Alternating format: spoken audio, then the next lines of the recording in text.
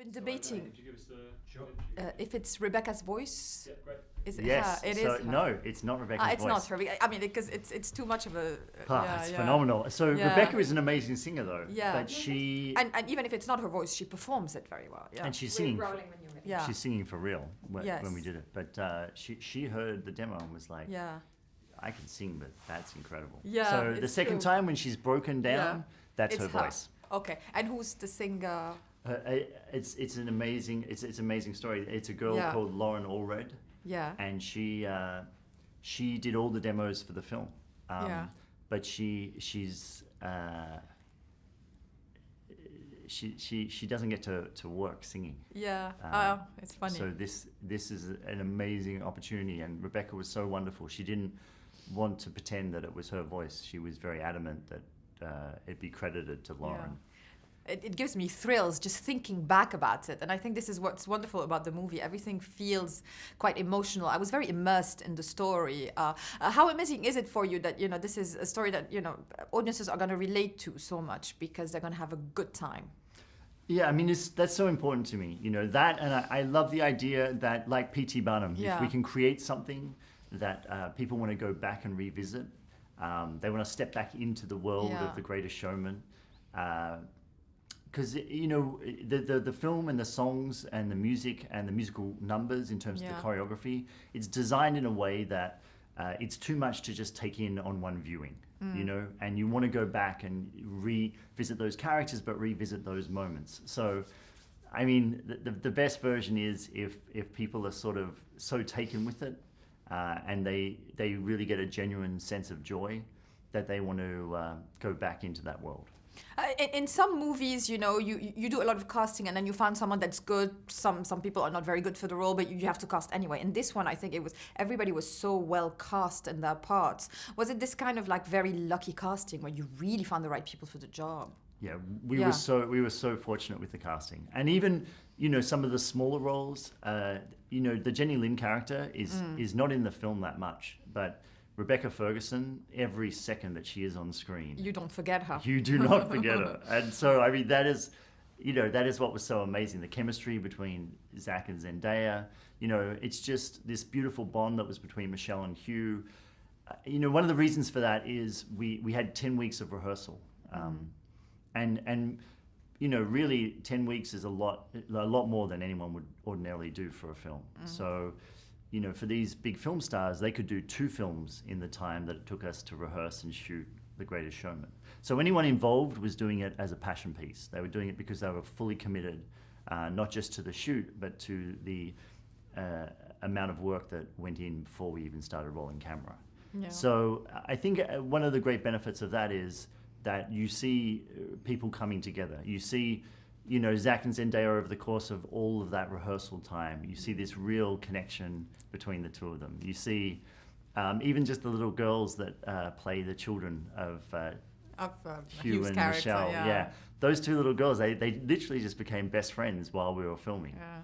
So it was just wonderful for me to watch that and see that evolution. And having someone like Hugh kind of sets the tone for it because he is, the biggest star in the world, but the nicest at the same time. So everybody takes that energy from him, don't they? That is so true. I mean, for my first film, everyone says, you've been so spoiled. Like, it'll never be like this again. Exactly. Because really, don't be disappointed next time. No, but it's true. Because it's true, to have Hugh, and you're right, he sets the complete tone for the set. Like, even down to like, if you're doing a routine and it's like, you're 30 takes in and people are tired and it's late, but Hugh is still giving 150%. Exactly.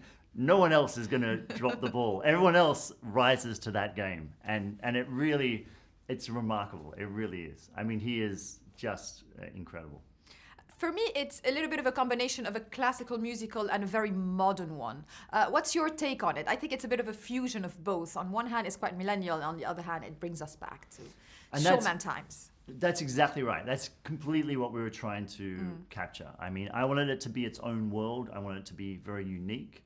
But I wanted to give a nod to the classic musicals of Mary Poppins and Sound of Music and Singing in the Rain. I wanted to feel that sort of MGM style, but at the same time with contemporary choreography and contemporary music.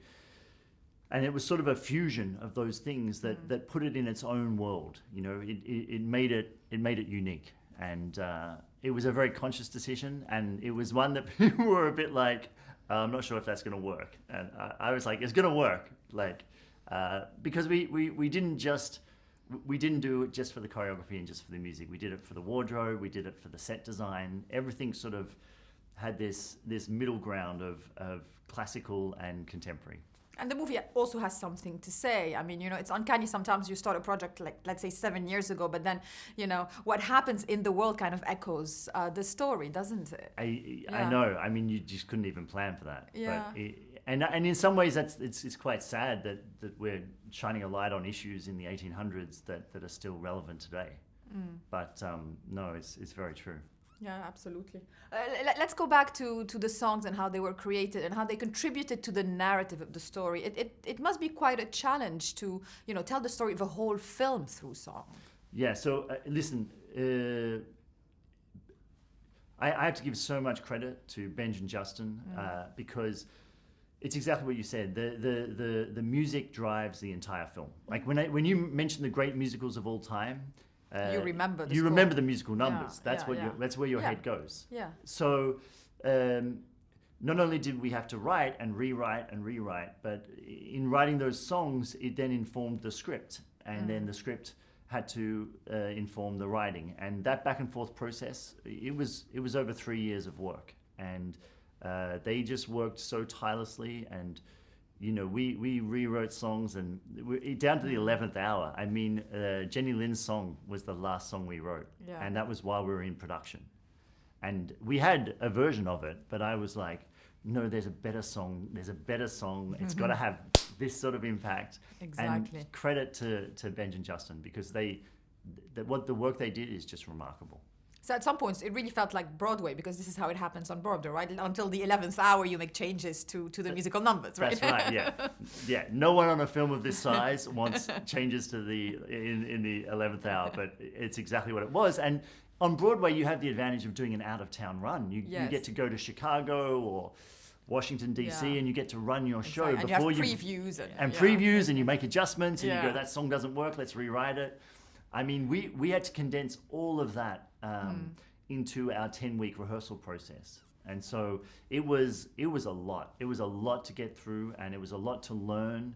I ended up shooting an entire version of the film on video during that 10 weeks of rehearsal, and we cut it together, and we watched it, and then it was kind of like our out-of-town run. And it meant that when I went into actually making the film, I had this very clear idea of, you know, what was working and what wasn't working. It's funny because you kind of guessed my next question. I was going to say these kind of films are a testament that we should still watch movies on big screen. And, you know, this is not movies for streaming. It really isn't. I mean, it's made for cinema, you know, Yes. and there is an IMAX version of The Greatest Showman. I mean, it's a spectacle film, and it's a film about, you know, the thing that I love is that the final shot of the film is of an audience. Yes. And so what you're doing at the end is you're having an audience watching an audience. And it's a shared moment. And there's something beautiful about, you know, the lyric, dreaming with your eyes wide open. You know, I love the idea of an audience sitting there in a cinema and collectively dreaming with their eyes wide open. And finally, what are your hopes for the film? What are you hoping audiences and maybe award ceremonies, you know, how would you love them to react? I mean, look, the great thing about a musical is what people connect with is often, some people will say, this was my favorite song, other people say, this was my favorite song. And I love that.